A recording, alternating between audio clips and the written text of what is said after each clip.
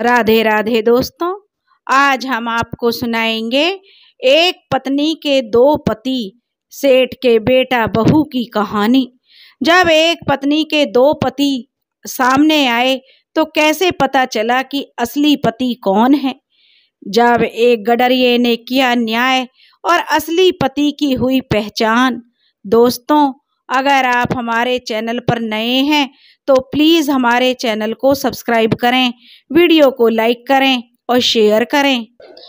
एक धनीराम नाम का सेठ था, बहुत ही धनी था। उसके बेटे की शादी थी। धनीराम ने अपने बेटे की बारात बड़ी धूमधाम से चढ़ाई थी और शादी भी जो संपन्न की थी। अब शादी संपन्न कराकर सेठ अपने बेटे और वधू के साथ वापस अपने गांव लौट रहा था।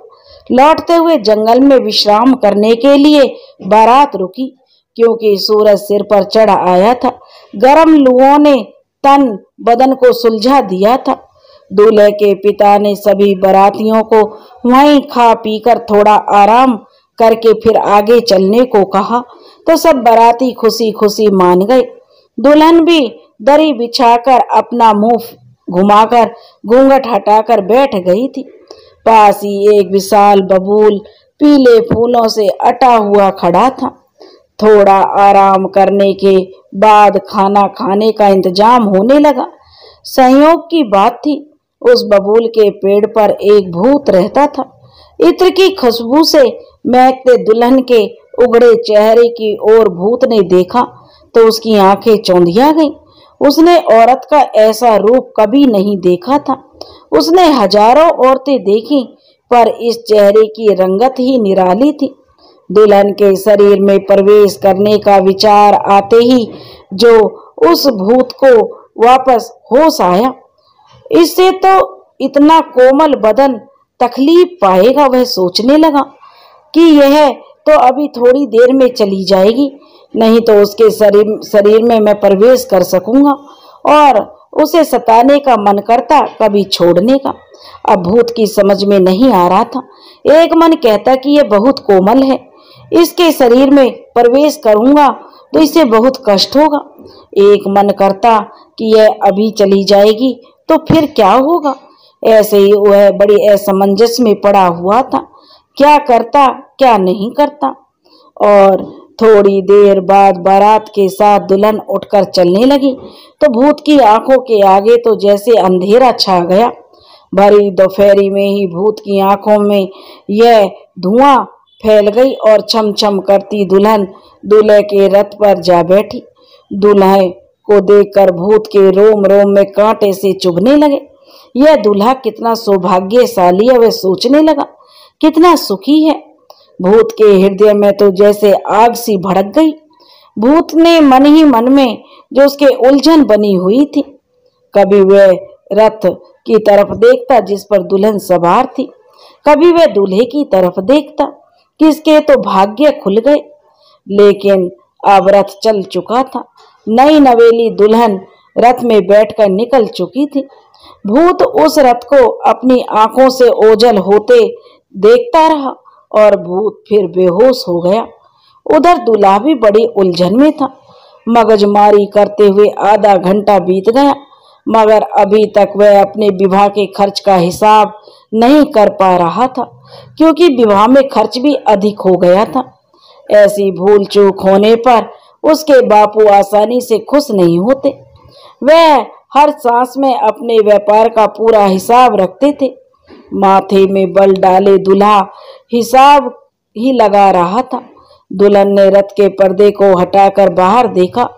नजरों टिकी ऐसी तेज धूप में हरी भरी झाड़ियों पर लाल बेर दमकते बड़े सुहाने लग रहे थे। अब उन दमकते बेरों पर दुल्हन की नजर अटक गई। वह एक छोटे बच्चे की तरह दूल्हे की बाहां पकड़कर दुल्हन बोली कि एक बार वहीं से नजर हटाकर बाहर तो देखो, क्या वही में ही तुम्हारी नजर लगी हुई है? जब से देख रही हूं तब से तुम हिसाब कर रहे हो। एक बार बही को रख दो और बाहर देखो, ये बेर कितने सुंदर लग रहे हैं। जरा नीचे जाकर थोड़े बेर हिला दो।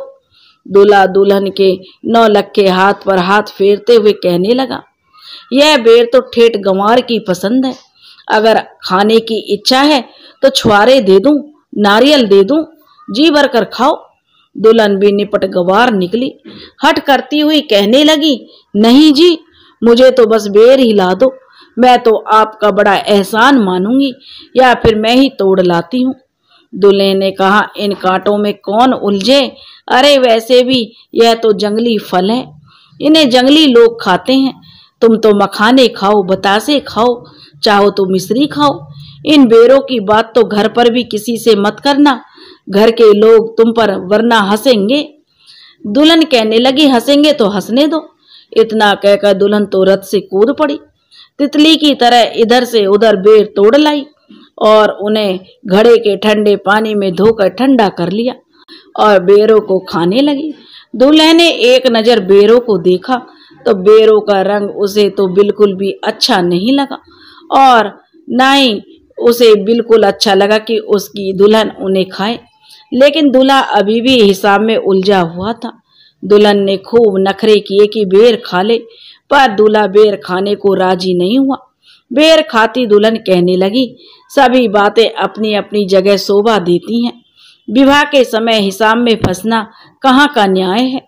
दूल्हा बोला, विवाह होना था तो हो गया, पर हिसाब तो अभी बाकी है।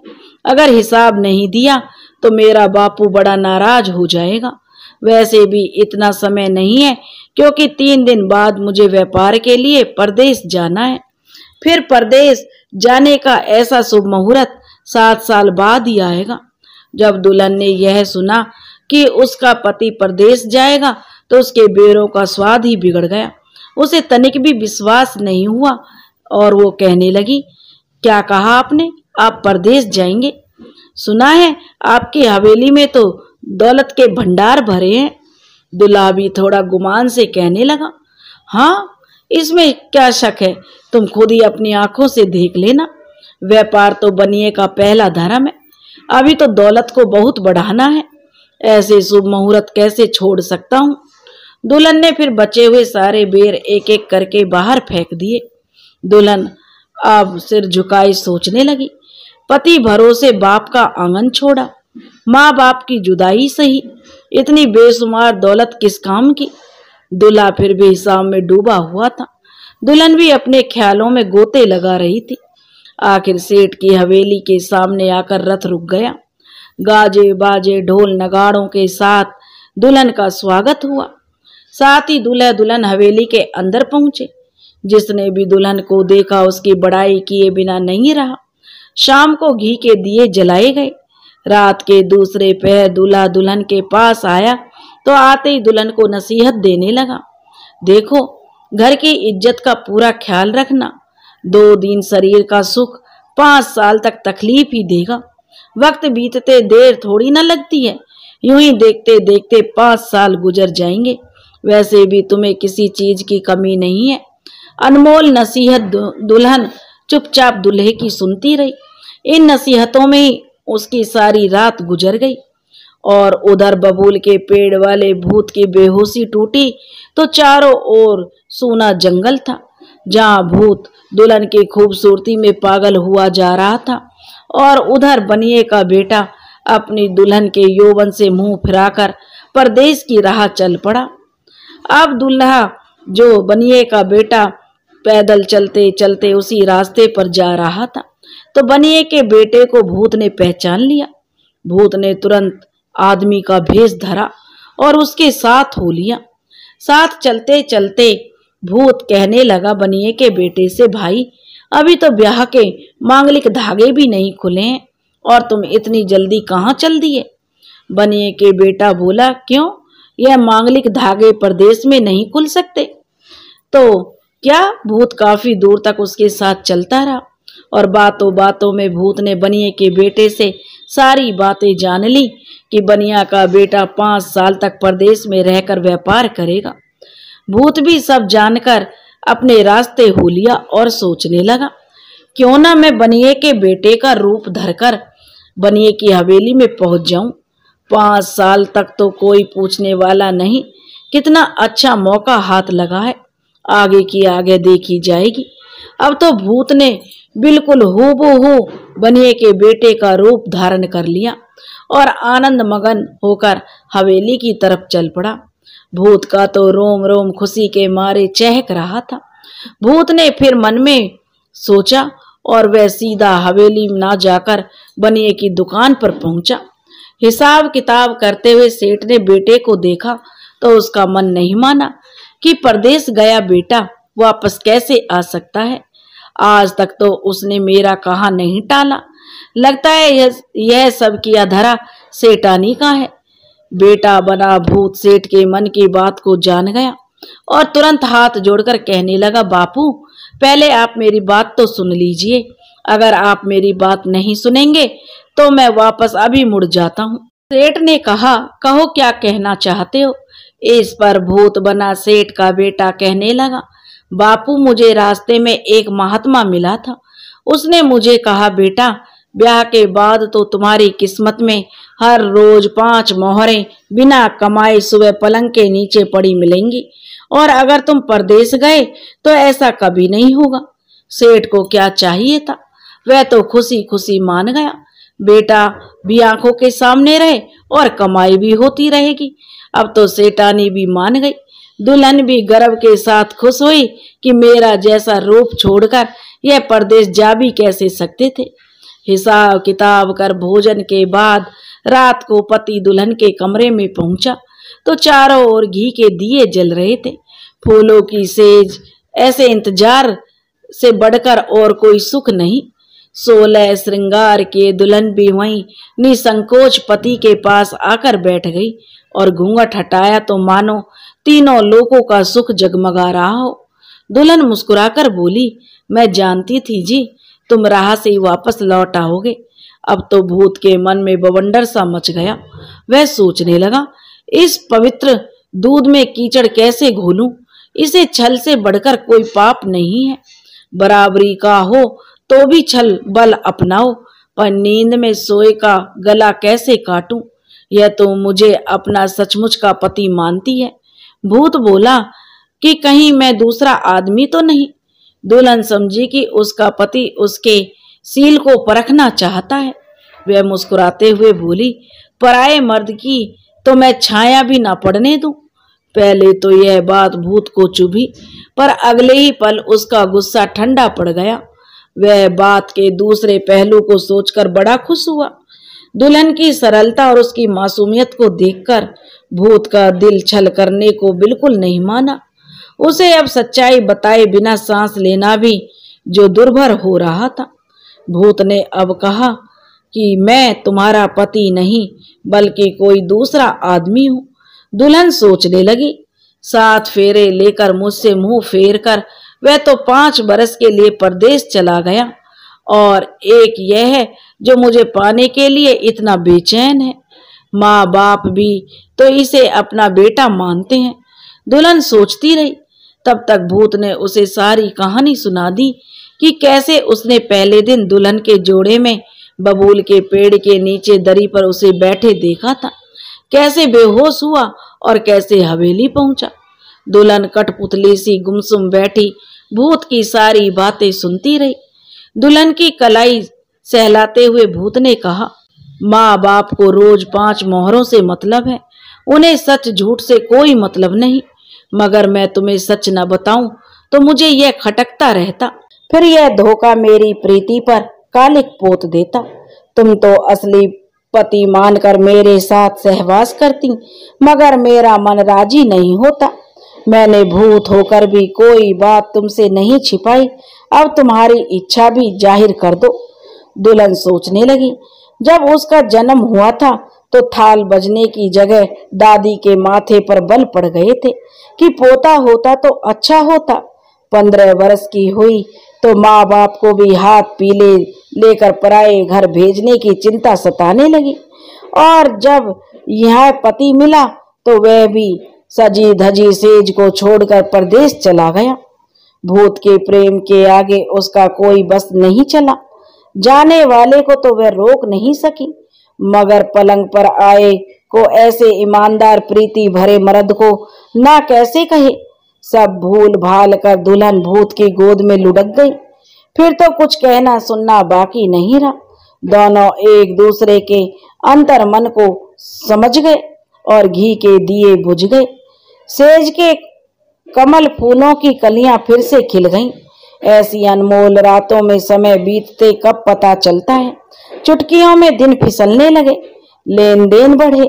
सारे इलाके के लोग सेठ के बेटे से खुश थे। प्रतिदिन अपार धन की बारिश होती। दूसरे बनियों की तरह सेठ का यह बेटा कभी किसी का गला नहीं काटता। लोग सेठ के बेटे की बड़ाई करते नहीं थकते थे। दूसरे की बहन को अपनी बहन, दूसरे की माँ को अपनी माँ समान सेठ का बेटा मानने लगा। उसका नाम सुनते ही जैसे मिश्री सी घुल जाती। बस कमी तो उसमें एक यही थी, जब परदेश से सेठ के असली बेटे की चिट्ठी आती तो वह उसे फाड़ कर फेंक देता। कहने को तो धीरे धीरे 3 साल गुजर गए, मगर उन्हें ऐसा लग रहा था जैसे कोई मीठा सा सपना हो। फिर एक दिन सबको खबर मिली कि बहू पेट से है। सेठ ने तो पहली बार 1.25 मन गुड़ अपने हाथों से बांटा। बहू की कोख में बच्चा पलने लगा और इधर बच्चे को लेकर परिवार के लोगों के सपने भी पलने लगे। उधर सेठ का एक पड़ोसी भी परदेश उसी शहर में धन कमाने पहुंचा। और उधर जब सेठ के बेटे को उधर देखा तो वह कहने लगा, अरे तू कब आया वापस? सेठ का बेटा कहने लगा, मैं तो विवाह के बाद घर पर गया ही नहीं हूँ। पड़ोसी ने फिर उसे सारी कहानी बताई और उसे कहा, तुम्हारी घरवाली को तो बच्चा होने वाला है, शायद हो भी गया हो। सेठ के बेटे ने सोचा कि शायद पड़ोसी मेरे कमाने से जलकर मुझे दुविधा में डालना चाहता है।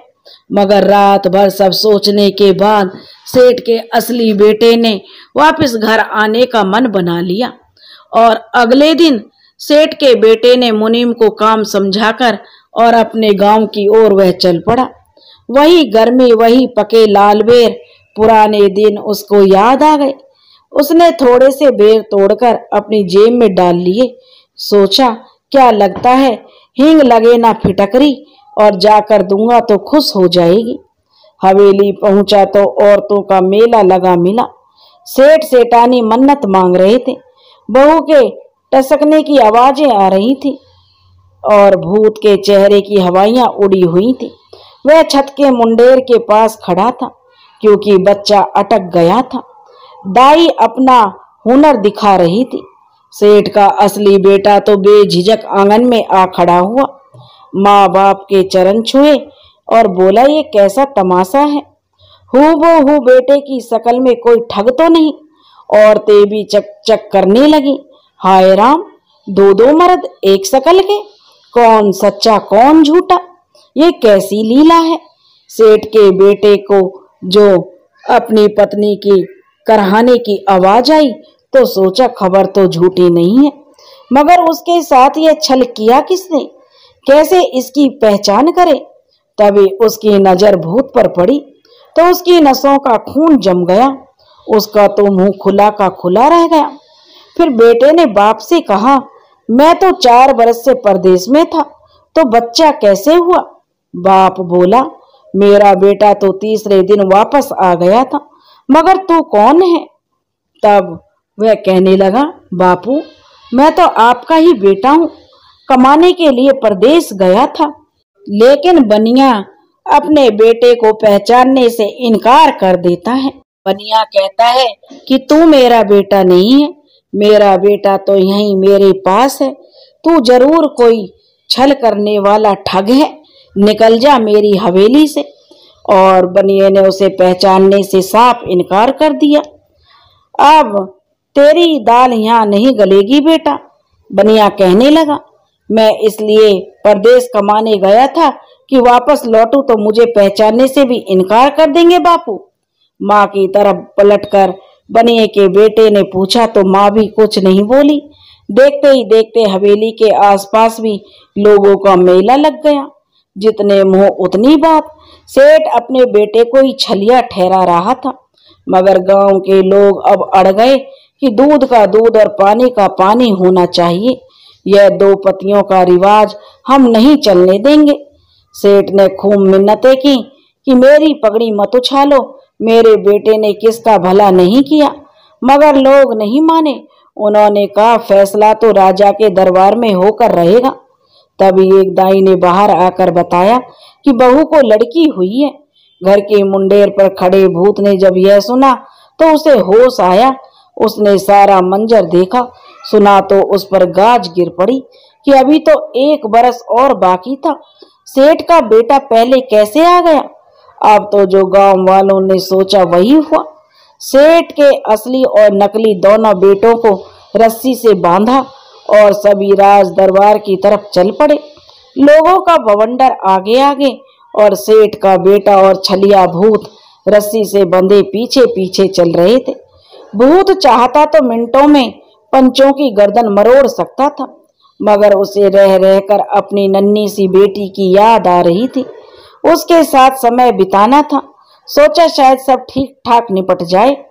चलते चलते दोपहर हो गई। रास्ते में एक गडरिया रेवड़ चरा रहा था। उसने जब लोगों का झुंड और 2 एक शकल जैसे लोगों को रस्सी से बंधे जाते हुए देखा तो गडरिया ने पूछा, तुम सब इकट्ठे होकर कहाँ जा रहे हो? लोगों ने गडरिया को 2-3 बार समझाया, तब उसे समझ में सारी बात आई और उसे की हंसी छूट गई। वह हंसते हुए कहने लगा, इतनी सी बात के लिए बेचारे राजा को क्यों तकलीफ देते हो? यह न्याय तो मैं यहीं कर दूंगा, तुम्हें अपनी आंखों से देख लो। लेकिन तुम्हें कसम है, जो एक कदम आगे भी रखा, नदी का ठंडा पानी पियो और सुस्ता लो। वह गडरिया बोला, तुमने तो अपने गांव का नाम खूब डुबो दिया। कोई माई का लाल ऐसा नहीं है तुम्हारे गांव में जो यह निपटा सकता। चल दिए खुर रगड़ते हुए सीधे राजा के पास। लोगों ने भी सोचा कि अभी राज दरबार तो बहुत दूर है, इस गंवार की अकल से मामला सुलट जाए तो हर्जी क्या है। वो बोले, नहीं नहीं, तो फिर हम नहीं जाएंगे राजा जी के पास। फिर तो राजा के पास नहीं जाएंगे, आप हमारा जो न्याय कर दो। फिर हम राजा के पास क्यों जाएंगे? लोग गडरिया की बात मान गए। गडरिया ने बारी बारी से दोनों को ध्यान से देखा। हूबहू एक सी सूरत और हवा भर भी तनक भी फर्क नहीं। बै माता भी कैसी कैसी खुरापात करती है। दोनों के बंधन खोलते हुए गडरिया कहने लगा, भले आदमियों, इन्हें बांध क्यों रखा है? इतने लोगों के बीच से भाग कर जाएंगे ही कहाँ? फिर मुखिया जी से पूछा, मुखिया जी ये गूंगे बहरे तो नहीं है? मुखिया जी ने जवाब दिया, नहीं, यह तो फर्राटे से बोलते हैं। गडरिये ने हंसकर कहा, फिर इतनी तकलीफ क्यों उठाई? यहीं पूछ लेते हैं, दोनों में से झूठा कौन सा है? लोग मनी मन हंसने लगे। यह गडरिया तो निरा मूर्ख है, यह सच बोलते तो फिर रोना ही क्या था। अब तो लगता है हो चुका इससे न्याय। न्याय करने लायक अकल हो तो भेड़ों के पीछे डर डर करता क्यों डोलता। रस्सी समेटते हुए गडरिया ने कहा, समझ गया, अच्छी तरह से समझ गया। बोलना तो जानते हैं पर झूठ बोलना भी सीख गए हैं। कोई बात नहीं, सच उगलवाना तो मेरे बाएं हाथ का खेल है।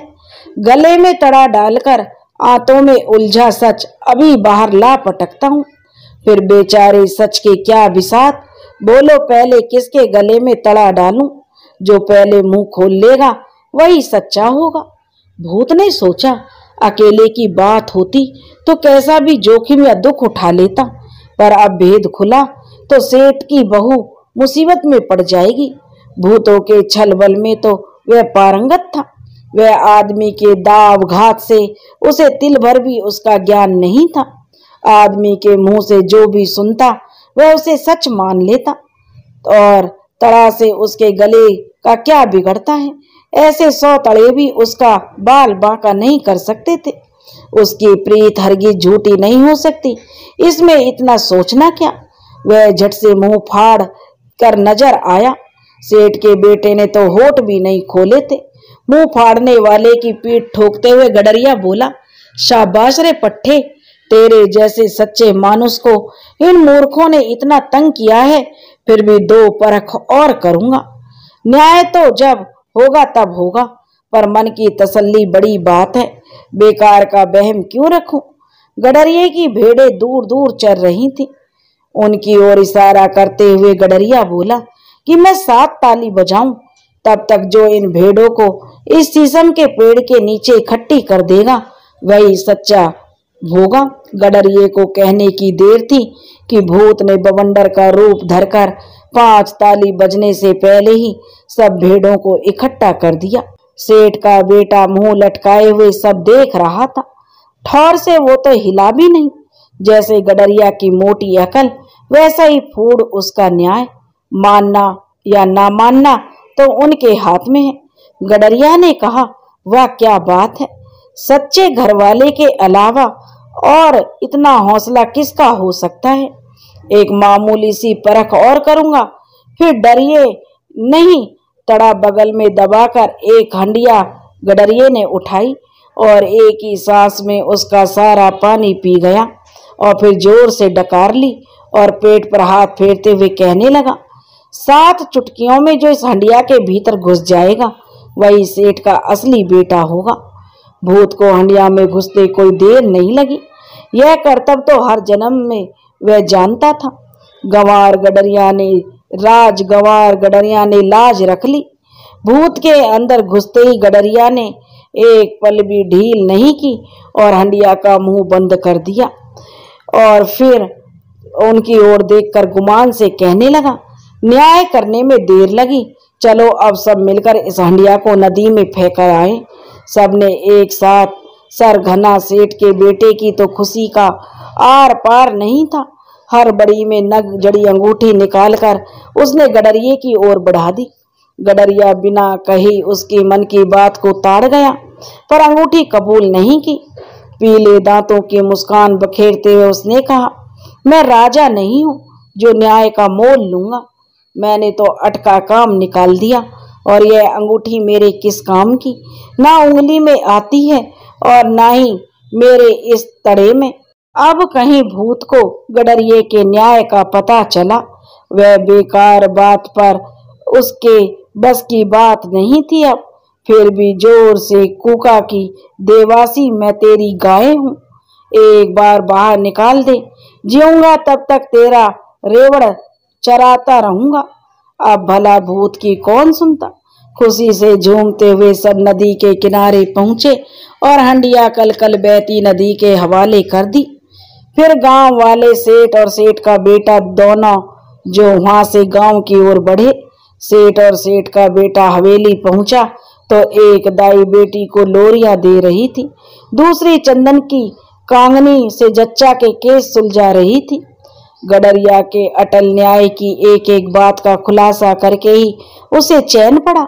गडरिया की न्याय का एक एक शब्द जच्चा के कलेजे को चीर रहा था। जापे की पीड़ा से भी यह पीड़ा 1000 गुना ज्यादा थी, पर वह ना तो टसकी और ना ही उसने चुस्कारा लिया। लोहे की पुतली की भांति चुपचाप सब सुनती रही। सारी रामायण उधड़ने के उपरांत वह आगे कहने लगा। सारी बात बताने के बाद सेठ का बेटा अपनी पत्नी से बोला, पर तुम्हारा चेहरा उतर क्यों गया? जब जन्म देने वाले माँ बाप ही उसे पहचान नहीं सके तो तुम कैसे पहचानती? इसमें तुम्हारा कोई कसूर नहीं, पर भूत के लक्षण के मुताबिक उस पर खूब बीती। हंडिया में बंदी बनाकर जब उसे बंदी बनाया तो बड़ा चिल्लाया, बड़ा गिड़गिड़ाया, मगर फिर क्या था? फिर तो राम नाम जपो। हम ऐसे भोले कहाँ कि उस पर फिर से दया करते। आके नदी में फेंकने के बाद ही पीछा छूटा। सेठ का बेटा सारी बात बताकर बाहर चला गया। उसके बाद घर वालों ने जैसा कहा जच्चा ने वैसा ही किया। कभी किसी बात का पलट का जवाब नहीं दिया। सास ने जितनी सुहावड़ बनाई चुपचाप उसने खा ली। जब सास ने कहा तब स्नान किया। लुगाइयों ने गीत गाए, बतासे बांटे। सास के कहने पर जलवा पूजा पीलिया ओढ़ा। बेटी को पीली ओढ़नी में सुलाया और गहने गांठे पहनी। ऐसी सुलक्षणा बहू बड़े भागों से मिलती हैं। जलवा पूजन की रात बहू पीलिया ओढ़कर झमझमर करती हुई अपने कमरे में पहुंची। बगल में बेटी, आंचल में दूध, सुन सुना आंगन, सोना हृदय, दिमाग में जैसे भूचाल मचा हुआ था। पत्नी के इंतजार में सेठ का बेटा फूलों की सेज सजाए बैठा था। दोस्तों, अगर आपको यह कहानी पसंद आई हो तो प्लीज हमारे चैनल को सब्सक्राइब करें, वीडियो को लाइक करें और शेयर करें। राधे राधे।